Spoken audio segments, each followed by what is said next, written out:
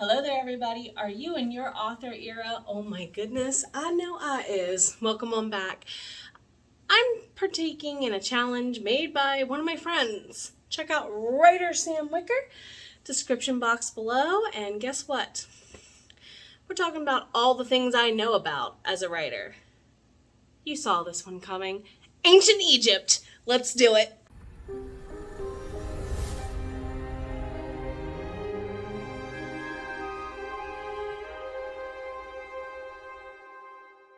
Hello there, everybody. My name is Jenna O'Malley. I am your soul writer, author of sci-fi fantasy with dashes of romance and nerdy references such as the Modern Annals. All 5 books are going to be out on the market as soon as I can get them out to you and as soon as the systems can get them out to you over the coming months. Other videos about those goals elsewhere on the channel, go check them out. Anyway, my dear friend writer Sam Wicker did go ahead and challenge a group of us to write about the things we know about blank because we're an author. Now, I'm kind of cheating. The topic today, Ancient Egypt, has been something that's been part of me since I was a kid.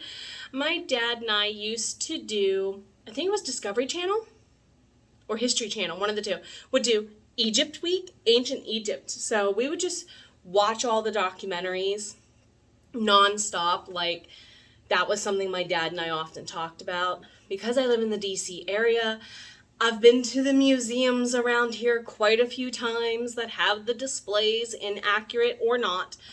So that's kind of the root of it, and that's kind of where I learned the bases of like the overarching pantheon, and honestly where I met one of my goddesses of choice, Nephthys, the first time.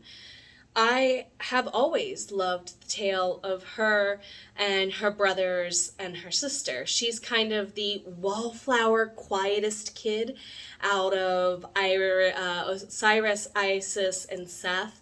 And she's Seth's, I don't know if they're exactly together the entire time, wife. So with this being kind of an inspiration point for Nefertiti alone, is the arc of Nephthys's role in the incomplete story of what happened between those siblings, and wanting to know about her, I got into all kinds of esoteric research.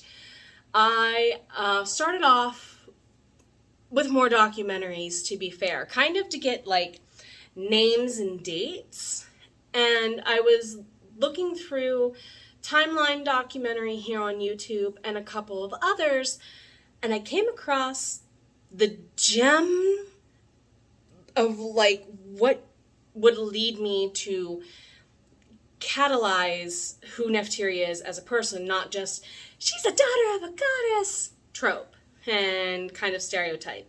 I wanted her to actually be tied to someone in history if I'm doing like historical fiction, alt history kind of stuff. And then that was when I was reminded that there's another forgotten sister in Egyptian history who is often very understated, kind of to levels of Jane Seymour from the Tudor era and so forth and whatnot. And that would be Arsinoe, Cleopatra, the Cleopatra, that Cleopatra. You know who I'm talking about, thanks Shakespeare. And she's kind of the people's choice.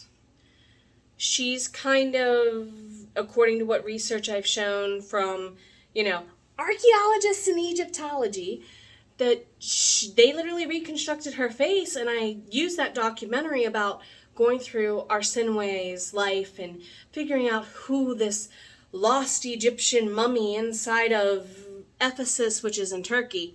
Look at a map, they're quite a bit apart. And they're trying to figure out who is this person, and they're like, could this be?